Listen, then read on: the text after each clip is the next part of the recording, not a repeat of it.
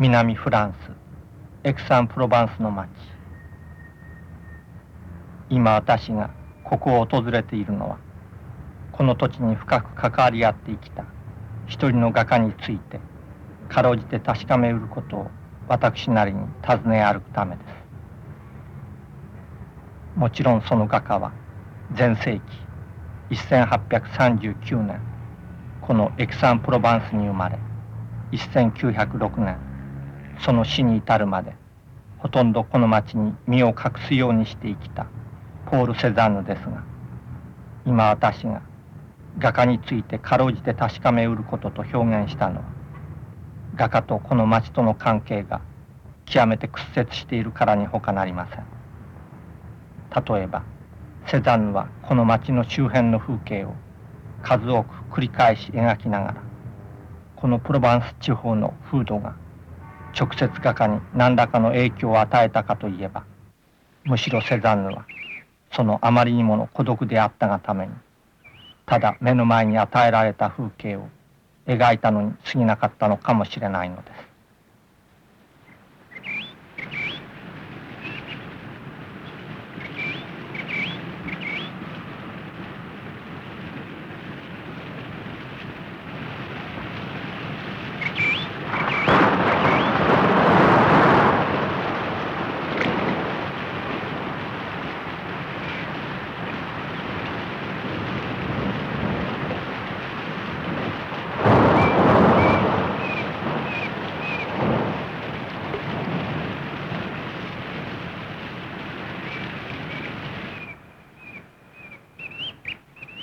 このエクサン・プロバンスの町は19世紀初頭以来、地中海に面したマルセイユの港にその町の繁栄を奪われたことが今私たちに幸いしていると言うべきでしょうか。1世紀前の画家の生涯を記録するものを少なからず残してくれているのです。エクサン・プロバンスの町外れに今も佇むジャ・ドゥ・ブッファンと呼ばれるかつてセザンヌが所有した館です。もっとも画家はこの豊かな館を用いるほどの人間ではありませんでした。画家の父ルイ・オギュスト・セザンヌが帽子の製造によって財を成し、やがて銀行を経営するに至るほどの豊かなブルジュア市民であったのです。画家はこの父の遺産によって生きながらえることができたのですが、その意味では町の人々は画家が画家であることを知らぬほど、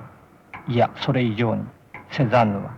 まず人間としても無視された一生であったと言うべきでしょうか。画家が自らのジャ・ドゥ・ブッファンの館を描いた作品です。私たちはこの風景と現実に残る館とを直接結び合わせることは難しいかもしれません。確かに緑の木立が描かれ、しかもこれらの樹木が現実には館の庭園を覆う巨大なマロニエの並木であることを私たちはすでに知っているにしても、この樹木がある特定の種類の木であるというより、いわば一種の抽象化された木の存在として描かれていると言えなくもありません。事実、セザンヌの自然に向けられた眼差しがどのようであったかを画家自身が次に語る言葉によって理解しうるでしょう。この自然という完璧な作品の前に膝を折らなければならない。すべては自然からこちらにやってくる。私たちは自然によって存在している。今私たちが自然を見ているのではなく、逆に自然によって私たちの方が見られているというべきでしょうか。その時画家は私たちの個性に頼るしかないものの見方がいかに不確かなものであるかに気づいたというべきでしょうか。そしてセザンヌが自らに厳しく課した眼差しとは、あくまで論理的な疑いようのない知覚によって支えられた目であったと言えなくもありません。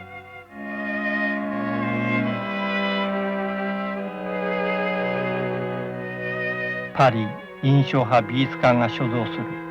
このカード遊びをする人々は、今画家の人間に対し向けられた眼差しも自然に対するそれと何ら変わることがなかったと言うべきでしょうか。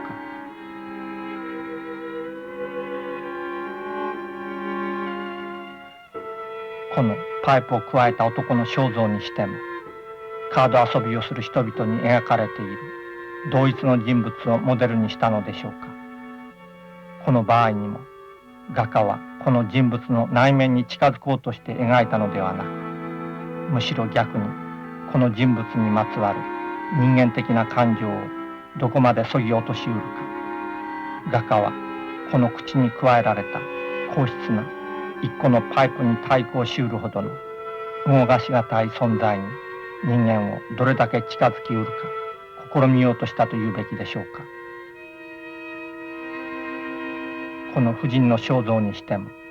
人物を背景に描かれている平面と全く同質に、できる限り平面的なものとして描き切ることによって、婦人の肉体が周囲の事物と少しも変わらぬ存在の仕方をしていることを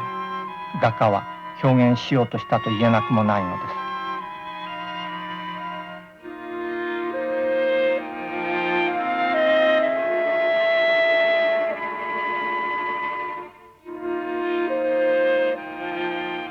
この肖像にしても、セザンヌと親しかった画商ボラールが100回以上もポーズを取ることを強いられ、しかもモデルが動くと画家はリンゴは動かないと不機嫌になったと伝えられているのも、人間の、いや事物としての人間のその存在の重みにまで今色彩と形によってのみ十分到達しうることを画家は自負していたと言えなくもありません。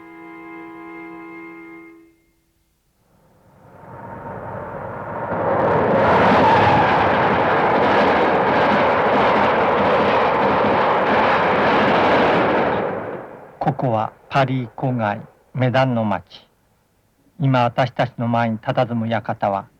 孤立して生き続けたセザンヌのその時代背景が何であったかを暗示してくれなくもありません。かつてこの館は作家エミール・ゾラが所有していたものですが、自らの庭園に汽車が走るようになった日のことをエミール・ゾラは誇らしげに書き記しているのです。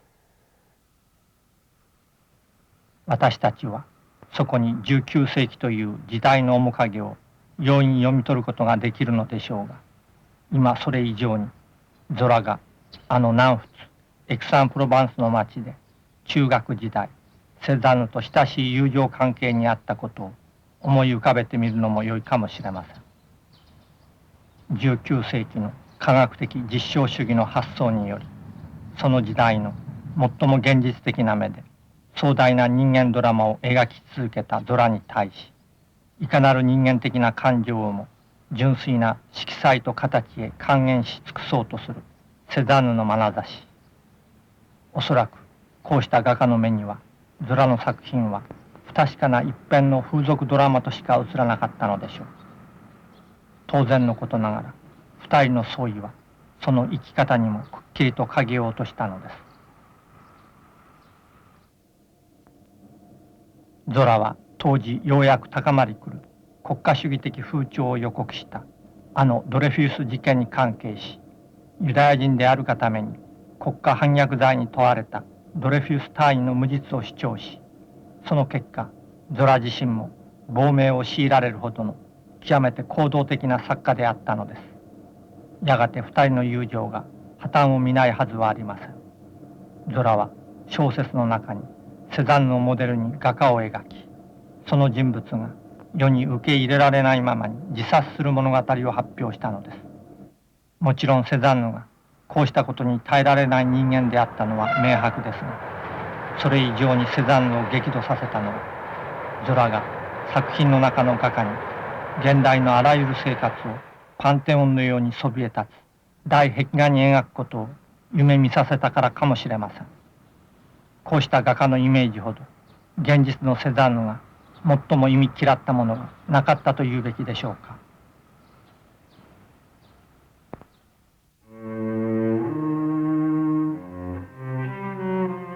私たちはセザンヌ描く生物と出会うべき時が来たようです。こうした生物画に最もよく見合った画家自身の言葉を次のように選ぶことができるでしょう。自然を円筒形と球形と円錐形によって扱い、すべてを遠近法の中で捉えること。このセザンヌの言葉ほど20世紀に始まるさまざまな絵画表現にとって魅惑的なものもなかったのでしょう。表現上のいかなる抽象化も許されるという保証を新しい時代の画家たちはこのセザンヌの言葉に求めたと言えなくもないのです。しかしこの言葉ほど誤解されやすいものもなかったのでしょう。それというのも画家自身は絵画が色と形によってのみ純粋に成り立ちうることを暗示したのに過ぎなかったのかもしれないので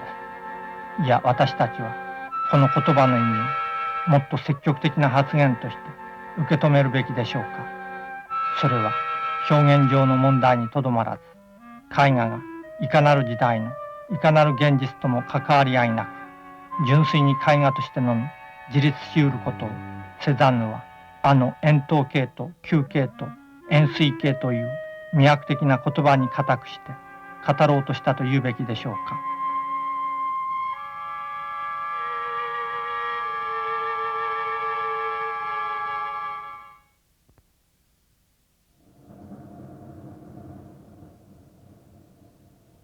私たちはようやく画家の晩年に立ち会う時が来たようです。この写真は老画家と父と同じように画家となることを望んだ息子ポールとの肖像ですが、エクサンプロバンスの町に身を隠すようにして生きたセザンヌにもその晩年一つの転機が訪れつつあったのです。それはこの町の出身の若い詩人ガスケをはじめバン・ゴッホやゴーギャンと親交のあった画家エミール・ベルナールによる若い世代からのセザンヌ評価の運動が始まっていたのです。もっともセザンヌの日常はそれによって少しも変わることはありえなかったのでしょう。そして気難しい一老人として1900年61歳の時、画家はこの20世紀へと生き延びていったのです。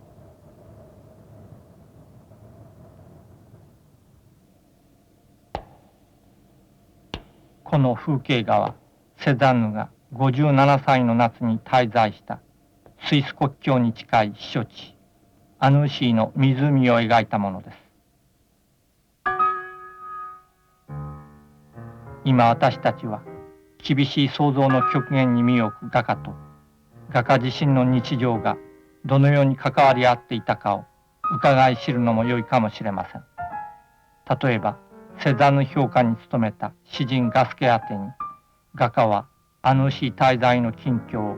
次のように書き送っているのです。ここは気候の温和な地方で周囲の丘はかなり高く、湖は西側から迫る山のためにこの辺では狭くなっていて、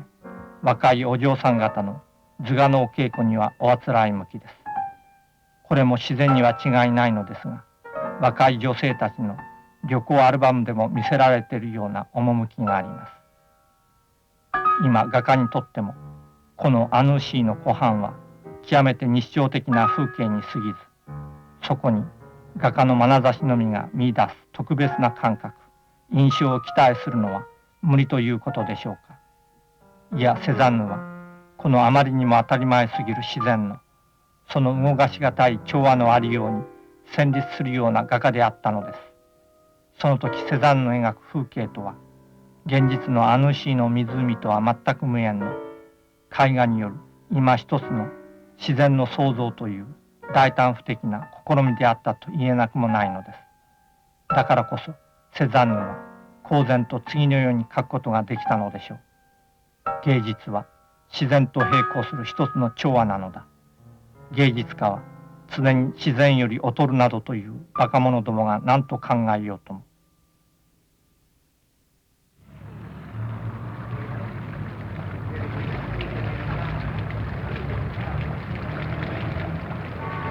私たちは画家の死について語るべき時が来たのかもしれません。もちろんセザンヌはこのエクサン・プロバンスの町で当然死ぬであろうことを予想していたのでしょう。それにしても画家はパリにてまたフランス国内を旅行したとしても、その生涯の行動範囲のあまりにも限定されている事実は改めて画家の孤独のありようを思い知らされなくもありません。そして1906年10月、セザンヌはこのエクサン・プロバンスのブルゴン街に今も残るこのアパルトマンで67歳の生涯を終えたのです。それは画家が最後まで日課のように義務付けていた戸外での制作中、激しい夕立に出会い混沌、ようやく通りすがりの馬車に助けられて帰宅したというのです。それが当院となり、老画家は肺炎を併発、1週間後に死亡するのですが、いかにもこの画家にふさわしい死であったと言うべきでしょうか。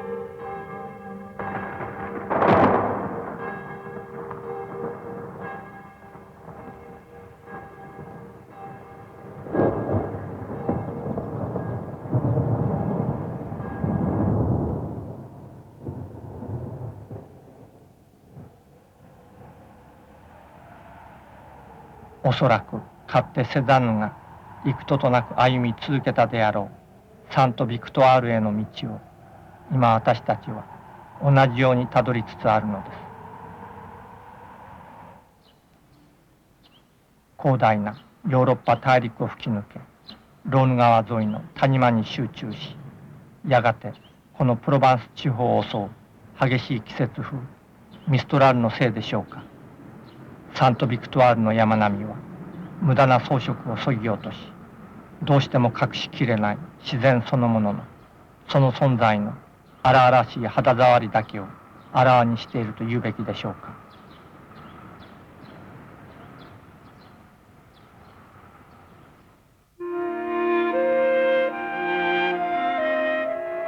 これはロンドンコートルード美術館が所蔵するセザンヌが描くサント・ビクトワールの風景です。セザンヌは故郷エクサン・プロバンスの町外れから望めるこの山並みを長い歳月を費やし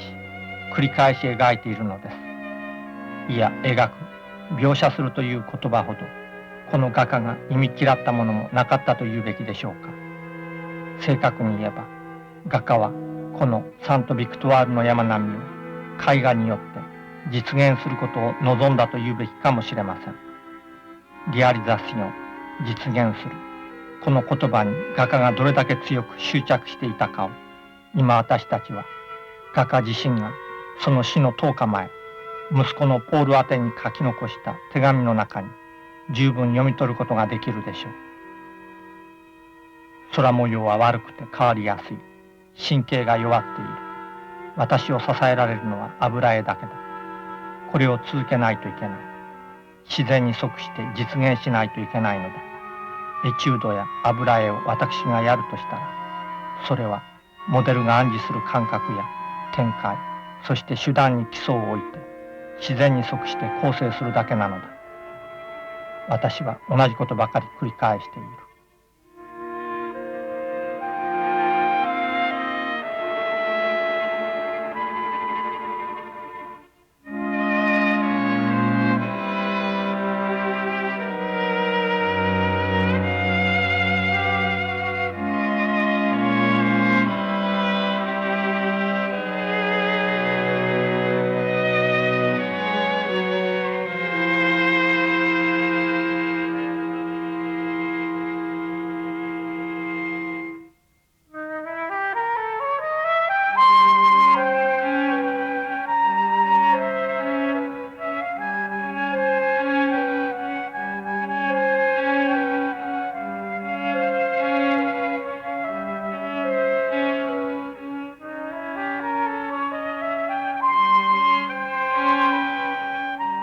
セザンヌがその最晩年に実現しようと繰り返し試みた作品、推力の一つ、ロンドンナショナルギャラリーが所蔵するものです。私たちはすでにエクサン・プロバンスの一地方画家がその生きた時代との関係を自ら遮断することによって画家の同時代である19世紀を一挙に乗り越えて、私たち20世紀への新しい絵画表現に計り知れない可能性をもたらすに至った事実を十分知り尽くしています。それは絵画が絵画以外のいかなるものとも断ち切られ、その与えられた色彩と形というただそれだけの表現手段によって完全に自立しうることを